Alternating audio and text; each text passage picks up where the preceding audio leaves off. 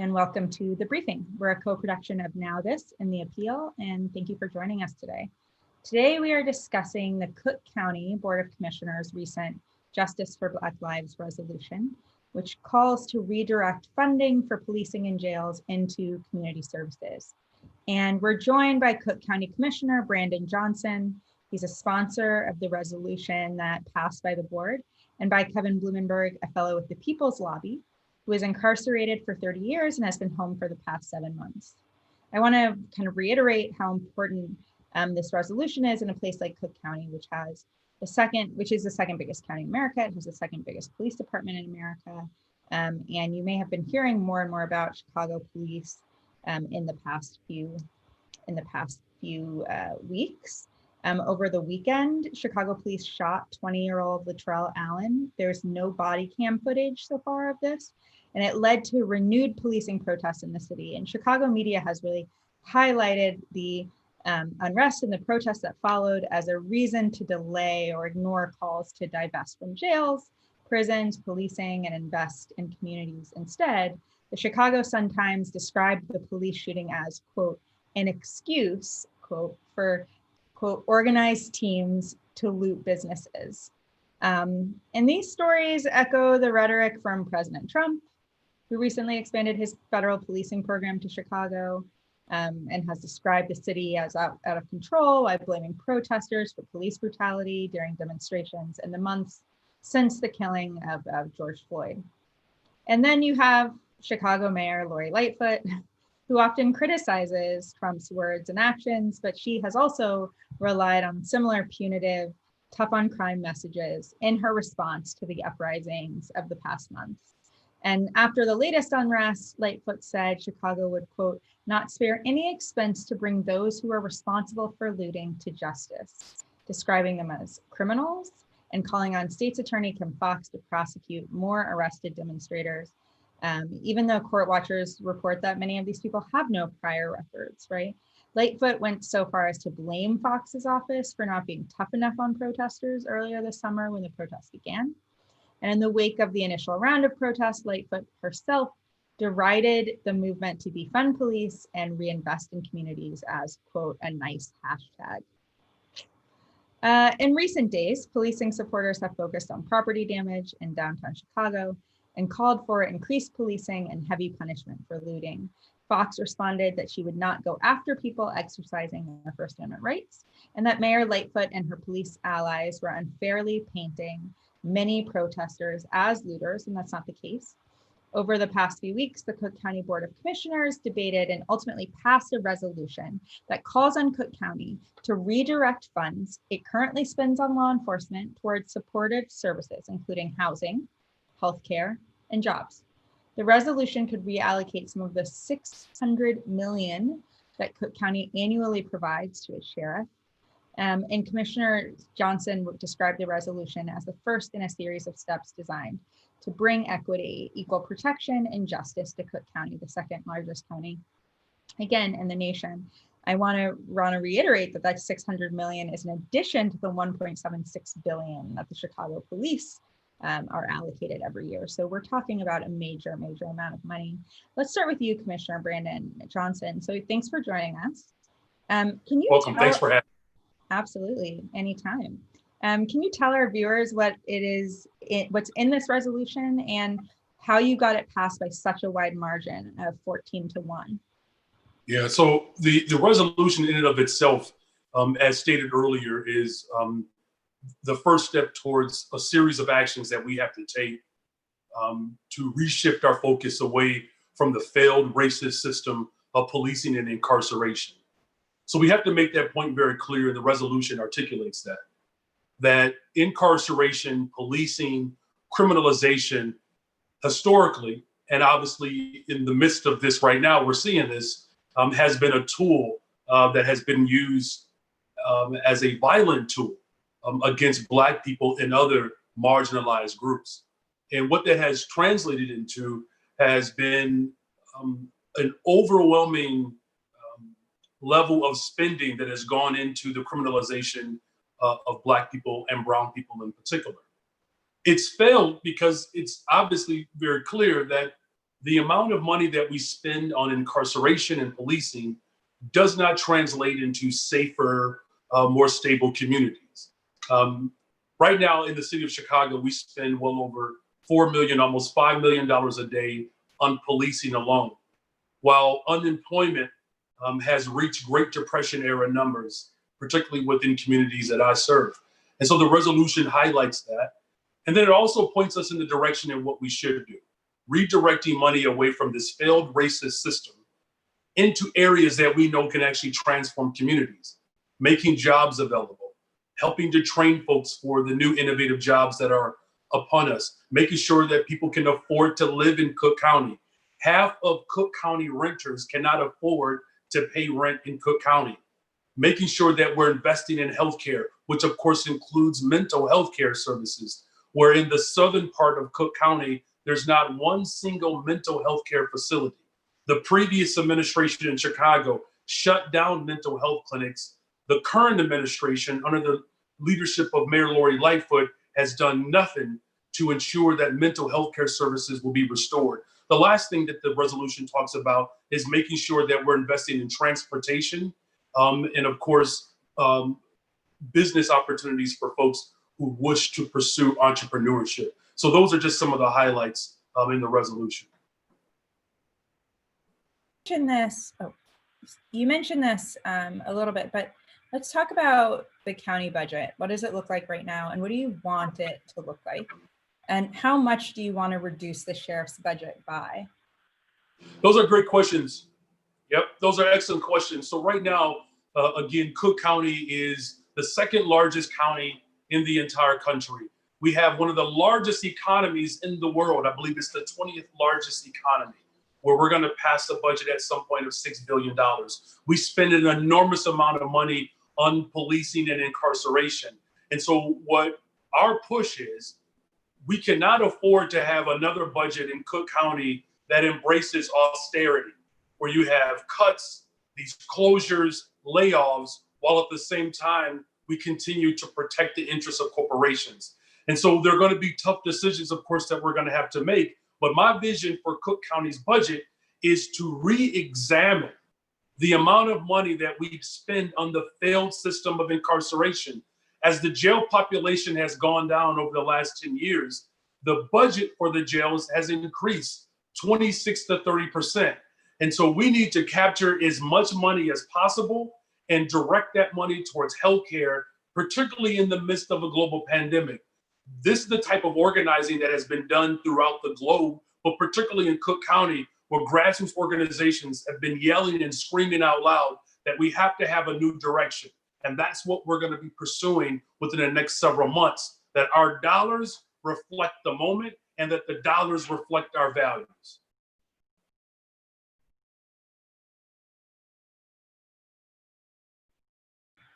Sorry, I was muted. One more question for you, Commissioner Johnson, and then I want to move to you, Kevin.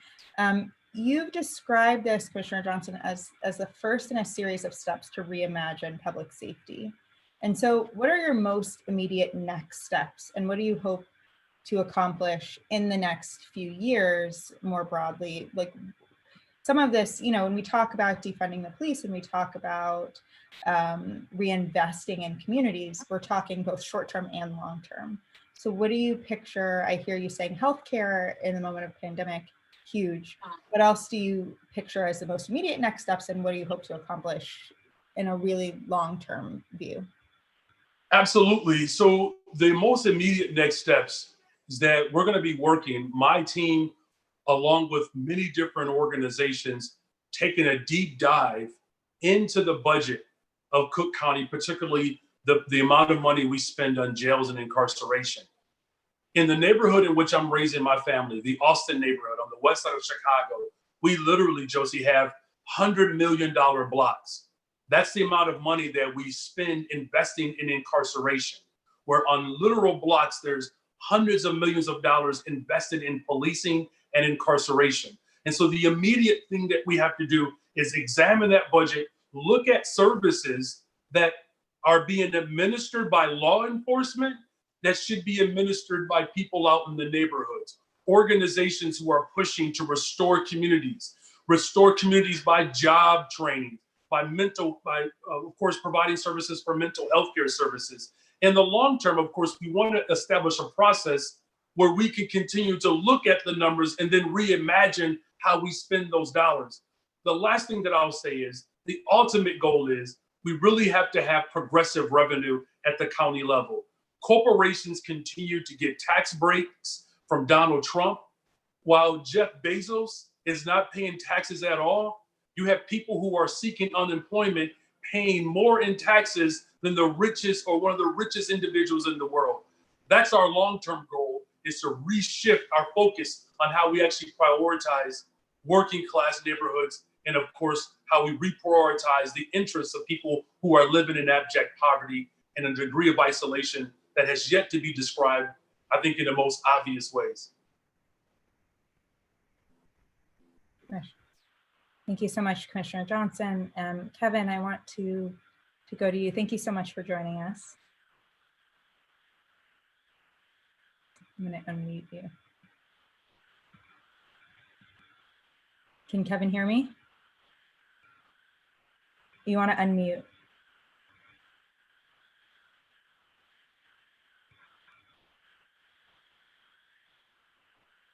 The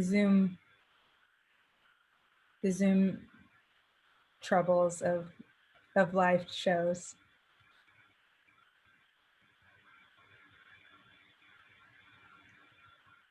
Let me see if I can get someone to unmute you, Kevin. Oh, nope, hold on.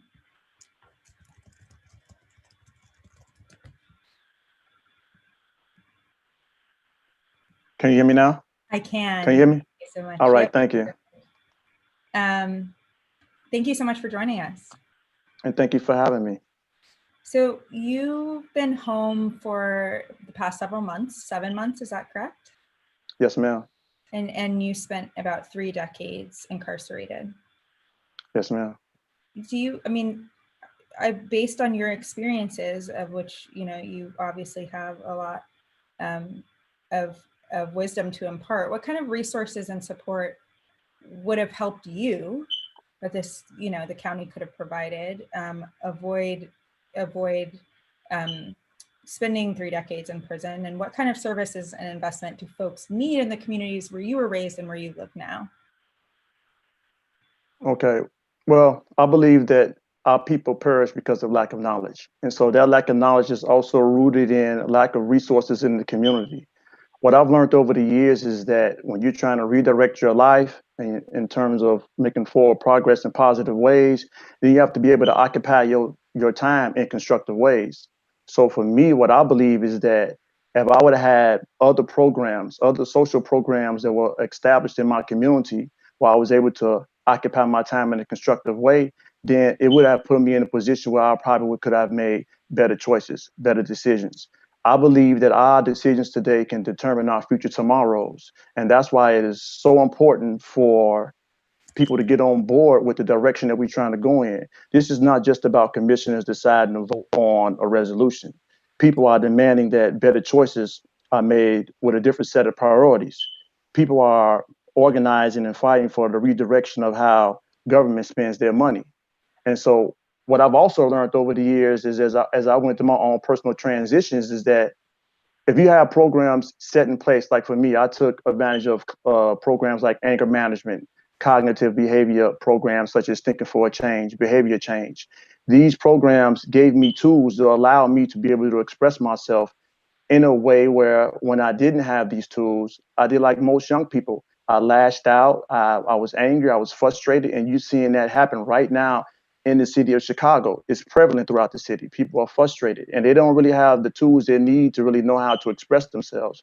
So if I had to provide a pathway of wisdom for redirection and for positive change, I would say that it's time for us to start investing our money into programs that are going to help the people. And because if we don't, what we're going to do is we're going to find ourselves where we're going to be back in a position that we were in pre-emancipation. People are suffering because they don't have jobs. People are suffering because they're going homeless, and people are suffering because they don't have health care. So it's a lack of resources. So if we're going to try to help the people and change the direction that we're moving in the city in Chicago and throughout this world. We need to do that through a lot of positive programming. Absolutely. And I think one of the things that you highlight that the people either don't choose to remember or don't want to remember is that a lot of communities do have those resources, right? There is a direct relationship between community investment and the chance that you end up in prison, the chance that you end up interacting with the police. We know that plenty of communities provide their children and their youth and their communities with the resources that they need, and that other communities aren't so lucky. So thank you for highlighting that. You've been experiencing reentry amidst a very unusual time. There's been a global pandemic, which is unprecedented kind of in our lifetimes, the ongoing movement to defund police and fund social services in the wake of the police killings of George Floyd and Breonna Taylor and too many others. And it's hard for me to imagine the experience of coming back and, getting out of prison at a time like this, because it's just there's so much change for everybody, particularly for someone who's had the experiences of like you. What has your experience of reentry been? And have you seen, just in this short time, any changes in the conversation around mass incarceration, over policing, and our criminal justice system and our prison industrial complex? Well, I was fortunate enough that when I came home that I was embraced by organizations like the People Lobby, organizations like the company Activist, and a lot of other grassroots organizations like the Coalition to End Money Bonds. These organizations are geared towards betterment, or trying to provide better guidance for people. So because of my life experiences, when I became associated with them, they created a pathway for me that allowed me to be able to maximize my talents in terms of sharing my stories. They're suffering. They're fighting against oppression. And these organizations are creating pathways for that.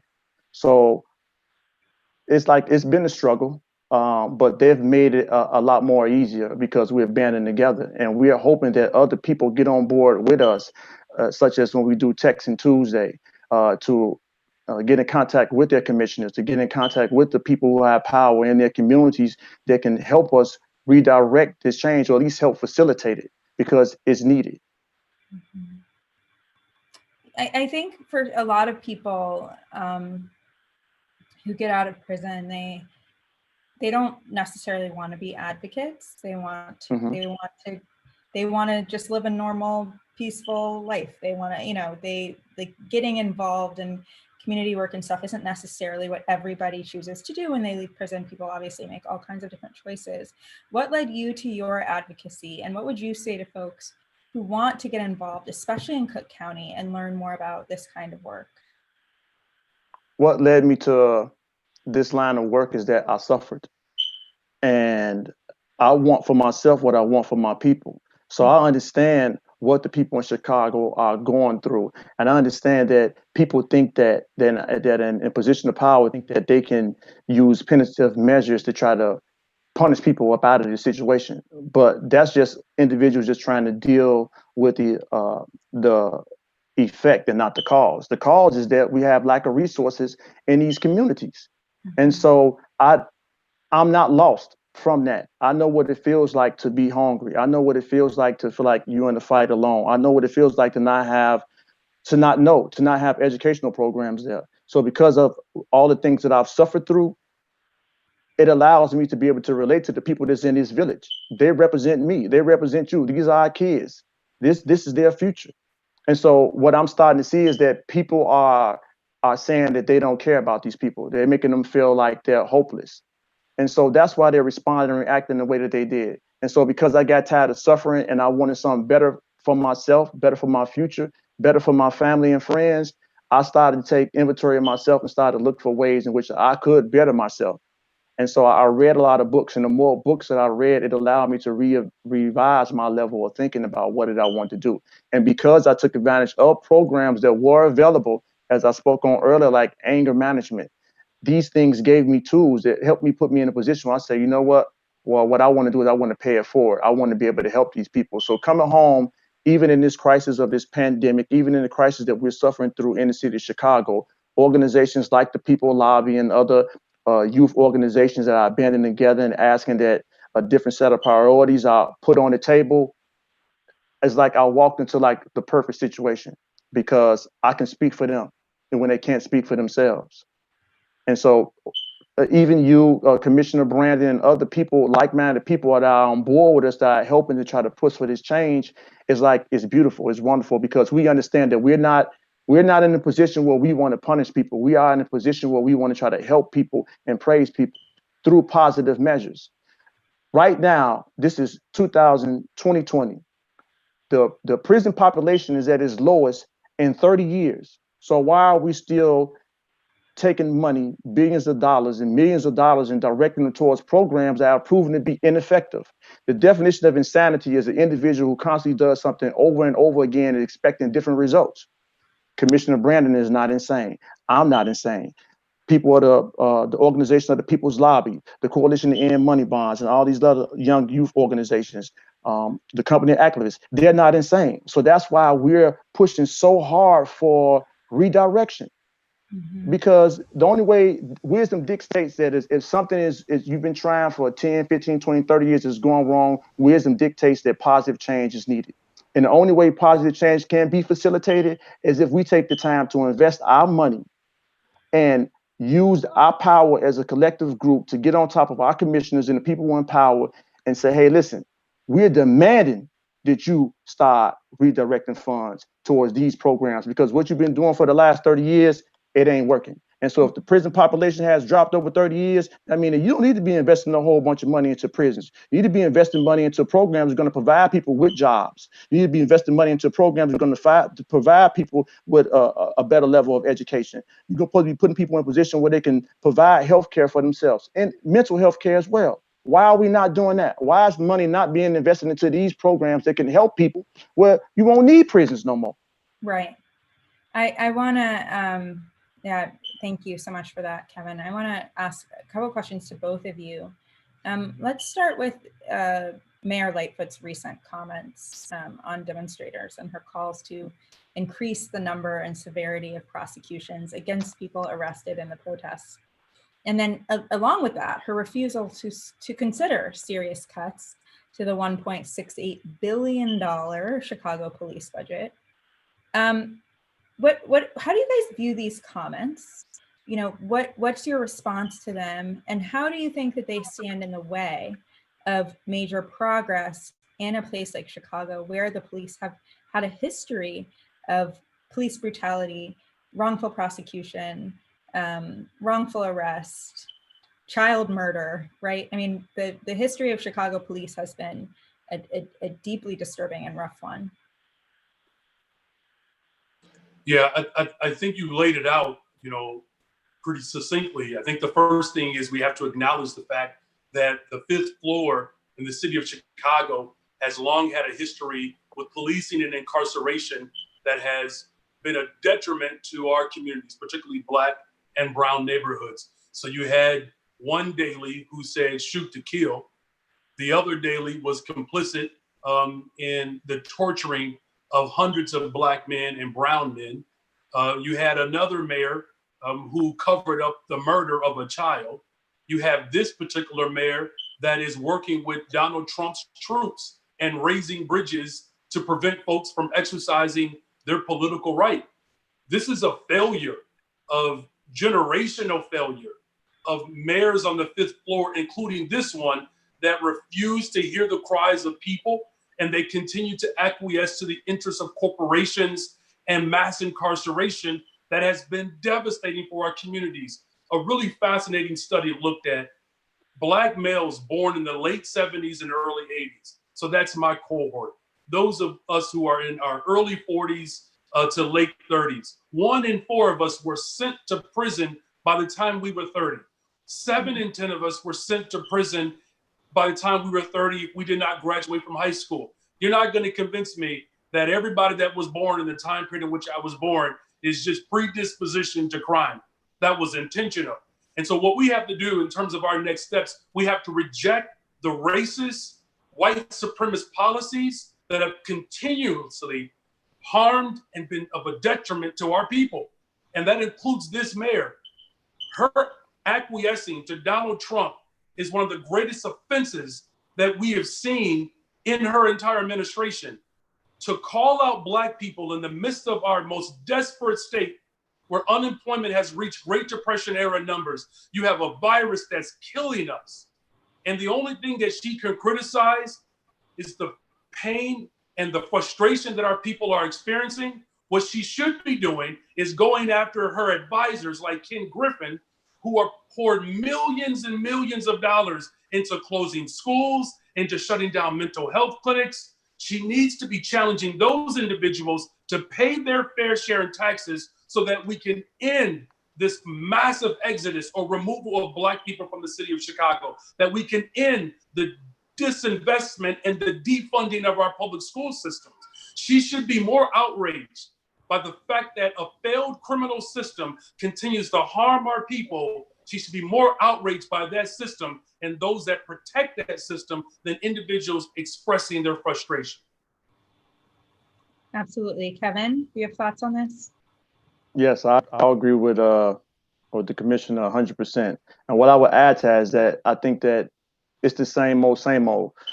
She's in a position where she's still trying to protect these institutions of oppression and repression. And actually what she's doing is it's also an attack against reform, because she studied trying to protect their interests. She studied trying to protect the downtown area. And people want to make a big fuss about the people in the inner city that are crying out. They're crying out for help, but you don't want to address the needs that they're asking for. You want to protect the interests of the institutions that have continued to be oppressive and repressive towards our people. They're hurting. And so they're crying out. And I think that it's the same old, same old. She wants to attack Kim Foxx because of, it's the blame game. It ain't my fault, it's your fault. So that's like an individual who doesn't want to take responsibility for what's actually going on. And then she wants to be complicit by sitting there supporting the thoughts and theories of Donald Trump that is just crazy. And it's kind of sad that because she's in a position of power that she's being abusive with it. She studied being abusive towards the same people who look like her, same people who come from the communities that she comes from. And so she made it out, so why are you not trying to help these other people that make it out? Sick people need medication. Why are you not trying to provide avenues to try to help people that are sick? You study want to be punitive towards them. You want to put these labels on them to demonize them and to make them seem as though you're being very effective in doing your job, and you're not. It's the same old, same old. You're just protecting a power structure that has been oppressive towards marginalized people. Yeah, thank you. So we've talked on this program about Chicago media a fair amount, and how Chicago media in particular impacts calls to change law enforcement. State Senator Robert Peters recently published an article in The Appeal talking about how criticism of justice reform is misplaced and dangerous. How do you all think that Chicago media coverage impacts efforts to really transform public safety in Chicago? Well, I think it's very obvious that Chicago media has had a long history in participating in the abusive power that comes from the fifth floor. It was the founder of the Chicago Tribune that led the attack against organized labor and called for the murdering of individuals who are seeking unionization. What's most disappointing is that here you have a community of Chicago that is diverse. It's made up of a great number of working class families, but you have media outlets that continue, again, as Kevin has articulated, protect the interests and become complicit in protecting the interests of capital. This is why, organizations and media spaces like the one that we are participating in now are so critical, because it allows us to get our message out, particularly around what we can do. The mayor of Chicago right now has $1 billion in tips of surplus that's available to our community. A situation and an opportunity created by the first Black mayor of the city of Chicago. Could you imagine, Kevin, if Harold Washington had $1 billion in tip surplus, right? $1 billion, right? And so this is why we have to continue to fight and push through the oppressive structures that are protected by the media and continue to organize and build and fight to make sure that we are obviously accessing justice. Yeah, thank you. Thank you so much. I just have one more question for you all about a new report that the Justice Collaborative Institute just released with Data for Progress. The report found that 7 in 10 voters want to see non-law enforcement civilians have full disciplinary authority, and that includes subpoena power, over police misconduct claims. And what it finds basically is that civilian control over police misconduct, as opposed to civilian input over police misconduct, is really critical to accountability. You just cannot have accountable police without some level of civilian control over whether or not they are actually held accountable. And another report found that 3/4 of voters support a creation of what is essentially a community health corps as an alternative first responder system that's separate from policing. So can you tell us about the organizing that's happening on these issues that help push commissioners to feel the urgency of passing a resolution like the one that you just passed, and the organizing that's now working to ensure that the budget negotiation process results in significant money divested from the jail, invested in communities, and how these civilian-led programs would change your communities. I want to reemphasize that the Cook County Jail is the biggest county jail in the country, single site county jail in the country, and we know that it's been the source and the location of just countless human rights abuses, an enormous pathway to mass incarceration, right? And so I'd love to hear from you all how both civilian control, a health, a different sort of emergency responder system, how the grassroots organizing around that has really increased, and how commissioners are really feeling the push for, a need for that change. Yeah, and I really am grateful to the grassroots organizing that has really pushed us into this moment. The People's Lobby, Black Lives Matter, Chicago. You have labor has been very supportive of many of these measures. And so there's a tremendous appetite on the County Board of Commissioners, as indicated, a tremendous appetite for county commissioners to actually pass ordinances of substance that can actually bring more oversight and accountability to law enforcement. I've been working with all members of the Black, caucus, though we're not an official caucus, but Black members of the county board to come up with ordinances that will begin to address the areas that we highlight in the Justice for Black Lives resolution. We're using this as a template, as a guiding principle for how we must engage moving forward. But there is an enormous appetite, particularly around how we have civilian oversight over law enforcement. We need it. The mayor of Chicago made promises, and continues to dismiss democracy. She also said she supported an elected representative school board, and she has gotten in the way of that. So all of the spaces in which Black and brown folks and working class folks could have oversight and accountability over their own livelihood, the mayor of Chicago has repeatedly rejected what she ran on to give and to increase democracy. And so the last thing that I'll say is we have to continue to push. What I'm also clear about is that those who oppose us in this moment, they're trying to retool and reorganize now and cast us as criminals, as thugs, as radicals, that somehow my liberation is a radical idea that we cannot realize. And so we have to continue to push and organize to make sure that my colleagues on the County Board of Commissioners, city council members, state legislators, they cannot get weak and afraid and timid in this moment. This is the moment that we have to be bold, audacious, progressive, and have the audacity to actually fight for Black liberation. We know that Black liberation is going to open up opportunities for brown liberation.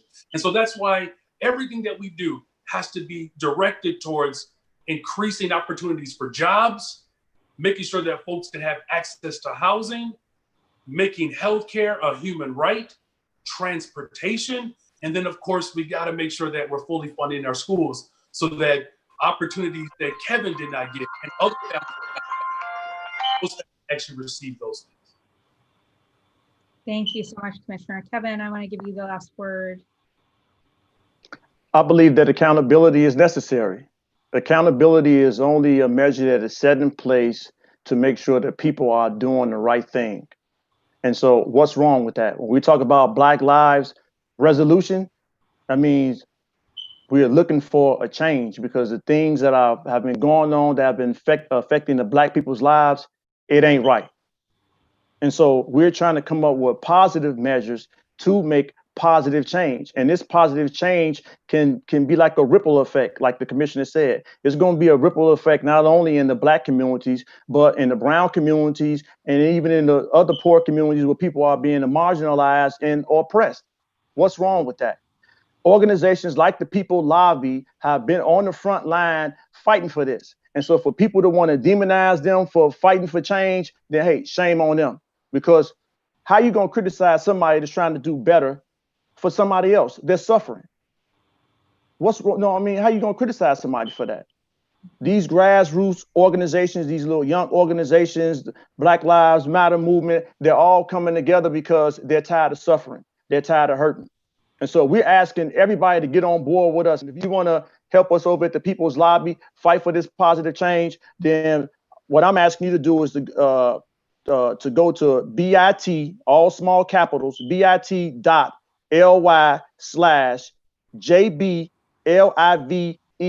all caps. You can help us and support us by coming to what we have what's called Texting Tuesday.